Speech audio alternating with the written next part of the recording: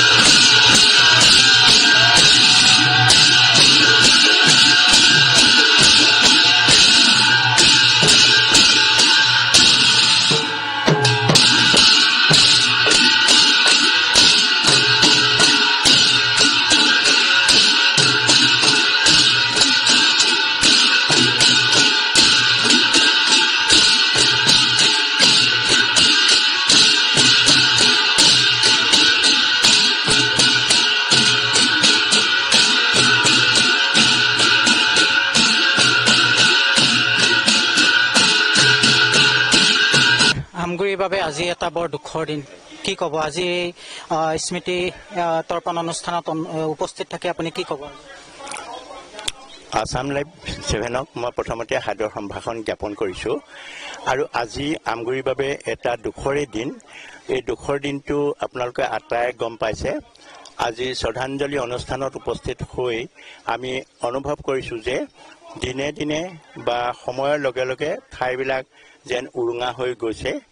এতিয়া শ্ৰী শ্ৰী বেঙেনাআটী সত্ৰৰ সত্ৰাধিকাৰৰ দায়িত্বত থকা মাননীয় ৰঞ্জনদেৱ মহন্ত এগৰাকী আধ্যাত্মিক ব্যক্তি, শিক্ষাবিদ, সমাজ সংস্কাৰক আৰু জনপ্ৰিয় এগৰাকী ব্যক্তি আৰু সমাজ জীৱিকা এগৰাকী ব্যক্তি। তেখেতক মই দেখিলে শ্ৰদ্ধাত মূৰ দোৰ খাই যায়। তেখেতৰ সাজ সজ্জা ইমান মাৰ্জিত, মানুহজনো গুৰু গম্ভীৰ, খোজ কাটল। এইখিনি মই আহি তেখেতৰ লগত কেতিয়াবা আলোচনাটো বহোঁ। বৰ ঘনকৈ নহ'লেও সেৰেঙাকৈ বহোঁ আৰু তেখেতে বৰ সুন্দৰকৈ কথাবিলাক কয়। বিশেষকৈ শ্ৰীমদ ভাগৱতৰ জ্ঞান তেখেতৰ মনত খুন খাই আছে। মই নজনাটো তেখেতে কৈ দিয়ে আৰু ক'বলৈ যত্ন কৰে আৰু মোৰ পৰা জানিবলৈ বিচাৰে। মই সিমানখিনি নাজানো, কিন্তু তেখেতৰ লগত অংশগ্ৰহণ কৰি এটা বৰ আনন্দ লাভ কৰোঁ। সেইজন ব্যক্তি আজি নোহোৱা হৈ গ'ল। আজি তেখেতলোকৰ বাসগৃহৰ সন্মুখত পবিত্ৰ আদ্য শ্ৰাদ্ধৰ দিনা তেখেতৰ প্ৰতি আমি যে এই শ্ৰদ্ধা জ্ঞাপন কৰিছোঁ, এইটো এটা আমাৰ বাবে আন্তৰিকভাৱে আমাৰ সুখৰ কথা হৈছে। এখন ঐতিহ্যপূৰ্ণ বেঙেনাআটী সত্ৰ আমাৰ এই অঞ্চলত, আমগুৰি অঞ্চলত বেঙেনাআটী সত্ৰখনেই সত্ৰ হিচাপে ঐতিহ্য ৰক্ষা কৰিছে। আমি সেইটো এটা আমি নিশান হিচাপে গ্ৰহণ কৰোঁ দূৰ দূৰণিলৈকে আৰু আমি যেতিয়া পাৰ হৈ যাওঁ আধ্যাত্মিকভাৱেৰে মূৰ দোৱাই যাওঁ আৰু আনসকলেও তেনেকৈ যায় আৰু তেখেতৰ মহাপ্ৰয়াণত আজি আমি আন্তৰিকভাৱে তেখেতৰ আত্মাৰ চিৰশান্তি কামনা কৰিছোঁ। নমস্কাৰ। কি ক'ব আজিৰ দিনটোত যথেষ্ট আপোনালোকে মানে দুখত আছে আজি, তথাপিতো সুধো কি ক'ব? আজি মোৰ দাদা আদ্য শ্ৰাদ্ধৰ দিন। মোৰ দাদাৰ বিষয়ে ক'বলৈ বহু কথা আছে, কিন্তু হ'লেও কেইটামান কথা উল্লেখযোগ্য। তেখেত এজন বৰ পৰিপাটি মানুহ আছিল আৰু সময় খুব মানি চলিছিল। সময় সচেতন ব্যক্তি আছিল। তাৰ উপৰি তেখেতে শিক্ষকতা কালত আমি দেখিছোঁ বা শুনিছোঁ তেখেতে সদায় সময়তকৈ আগত স্কুলত গৈ উপস্থিত হয় আৰু শিক্ষাদানৰ ক্ষেত্ৰতো তেখেতে কোনোদিন অৱহেলা নকৰে। আমি বিভিন্নজনৰ পৰা বিভিন্ন শিক্ষকৰ মুখৰ পৰা আমি এইটো কথা শুনিছোঁ। কোনোদিন তেখেতে স্কুলত সময়তকৈ দেৰিকৈ কোনোদিন তেখেতে নাযায় আৰু তেখেত বৰ পৰিপাটি মানুহ আছিলে। আৰু তেখেতে আমাৰ পিছৰ কালচোৱা আজি প্ৰায় 10 বছৰমান আমাৰ নামঘৰৰ দায়িত্ব লৈ তেখেতে বৰ সুন্দৰকৈ অতি নিষ্ঠাৰে তেখেতে নামঘৰৰ কামখিনি চলাই নিছিলে।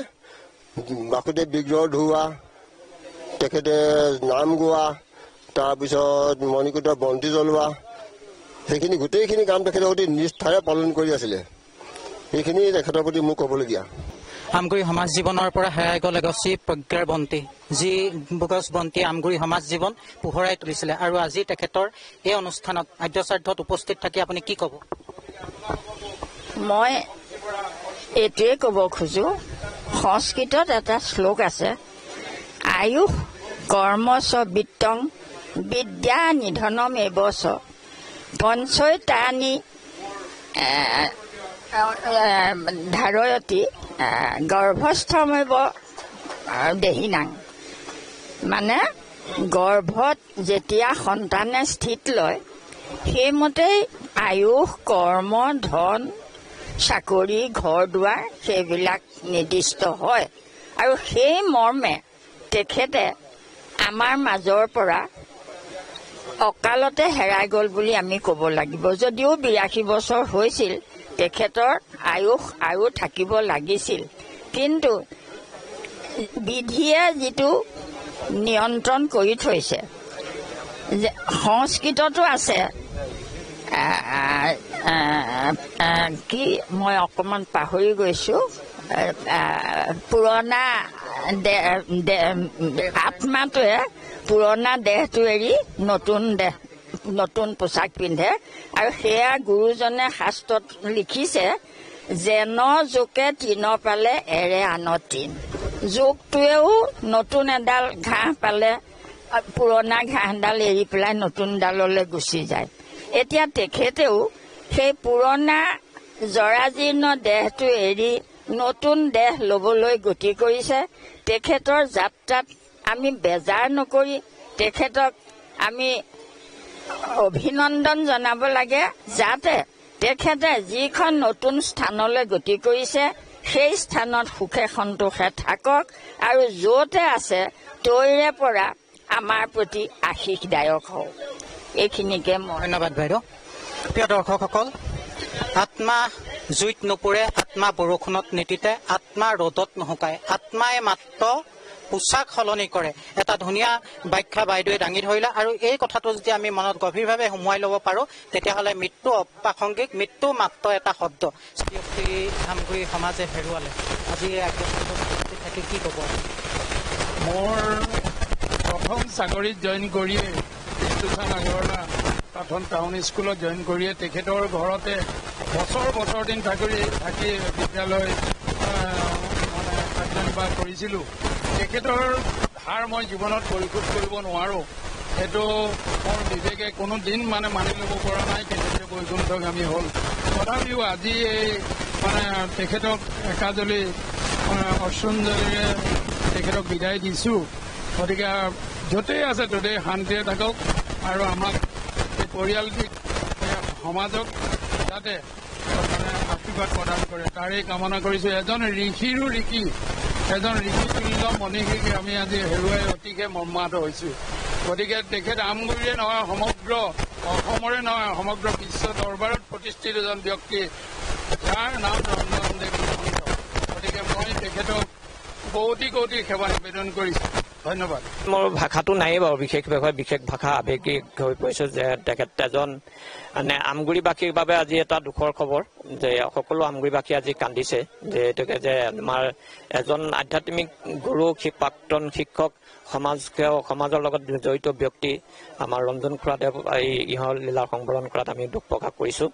আমি আশা ৰাখিছোঁ এই যে আমাৰ মাজত আজি সমাজখন যিখন হৈ যিফালে গাত ঢাল খাইছে আধ্যাত্মিকটোৱেই বোলক বা যি নহওক যে এই সমাজখন ধৰি ৰাখিবলৈ আমাক খুব মানে নৱপ্ৰজন্মক আহ্বান জনাইছোঁ যে তেওঁ আদৰ্শৰে যিটো আধ্যাত্মিক দিশ বা শিক্ষক হিচাপে বা সমাজ সচেতন ব্যক্তি হিচাপে আধ্যাত্মিক গুৰু হিচাপে তেওঁ যি আদৰ্শ ৰাখি থৈ গৈছে সেই আদৰ্শৰে সকলো অনুপ্ৰাণিত হয় আমাক সমাজখন যাতে শুদ্ধি কৰিবত সহায় কৰে তাৰ প্ৰতি তেওঁৰ আত্মাই আমাৰ নৱপ্ৰজন্মক আশীৰ্বাদ কৰিব বুলি আশা ৰাখি মই তেখেতলৈ মোৰ মানে সশ্ৰদ্ধ প্ৰণিপাত নিবেদন কৰিছোঁ।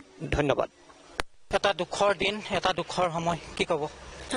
নমস্কাৰ জনাইছোঁ। প্ৰথমতে ইয়াত সমবেত হোৱা সুধী সমাজলৈ শ্ৰদ্ধা জনাই আমি ক'ব খুজিছোঁ, সকলোৱে জানো যে শ্ৰী শ্ৰী বেঙেনাআটী সত্ৰৰ জ্যেষ্ঠ সত্ৰীয়া শ্ৰী ৰঞ্জনদেৱ মহন্তদেৱৰ আজি আদ্য শ্ৰাদ্ধৰ দিন। আমি সকলোৱে জানো এজন মানুহৰ যেতিয়া জন্ম হয় তেতিয়া মানুহজনৰ নাম নাথাকে, উশাহ নিশাহ থাকে, আৰু যেতিয়া মানুহজনৰ মৃত্যু হয় তেতিয়া সেই মানুহজনৰ নামটো থাকে কিন্তু উশাহ নিশাহ নাথাকে। সেই উশাহ নিশাহ আৰু নামৰ যিটো ব্যৱধান সেই সময়খিনি হৈছে জীৱন, আৰু এই জীৱনক আমি বিভিন্ন ধৰণে আমি উপভোগ কৰোঁ, সমাজৰ বাবে অৱদান দি থৈ যাওঁ। আমি ক'ব লাগিব, আমি দেখি থকা আমি বৰদেউতা বুলিয়ে মাতোঁ।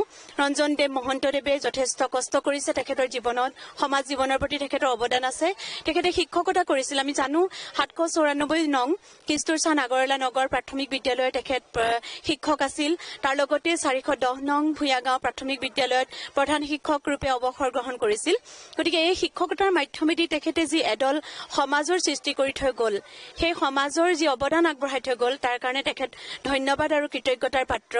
আৰু লগতে এই সত্ৰখনৰ কথা কওঁ, এই সত্ৰৰ লগত জড়িত যিমানবিলাক শিচ আছে সেই শিচসকলক তেখেতে জ্ঞান দিলে, জ্ঞান মাৰ্গ প্ৰদৰ্শন কৰিলে।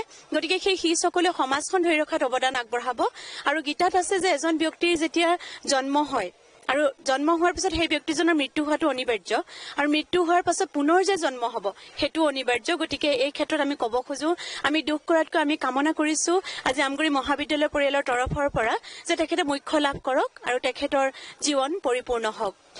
আদ্য শ্ৰাদ্ধৰ এই অনুষ্ঠানত উপস্থিত থাকে এগৰাকী জনপ্ৰতিনিধি হিচাপে কি ক'ব? আজি শ্ৰদ্ধাঞ্জলি অনুষ্ঠানত উপস্থিত সকলোলৈকে মোৰ ভক্তিভৰা প্ৰণিপাত জনাইছোঁ।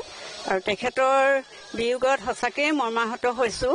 হঠাতে হেৰাই যাব বুলি ভবা নাছিলোঁ, কিন্তু তেওঁ যিটো ৰোগত আক্ৰান্ত হ'ল আৰু মৃত্যুকটো কোনেও ৰধিব নোৱাৰে, এইটো আমাৰ সাধ্যৰ বাহিৰত। গতিকে তেখেত য'ত আছে ততেই তেখেতে চিৰশান্তি লাভ কৰক, ভগৱানৰ ওচৰত প্ৰাৰ্থনা কৰিছোঁ। আৰু তেখেতৰ পৰিয়ালবৰ্গলৈও মোৰ আন্তৰিক শ্ৰদ্ধা জ্ঞাপন কৰিছোঁ, আৰু তেখেতসকলক ভগৱানে কুশলে ৰাখক, মংগল কামনা কৰিছোঁ। আৰু তেখেত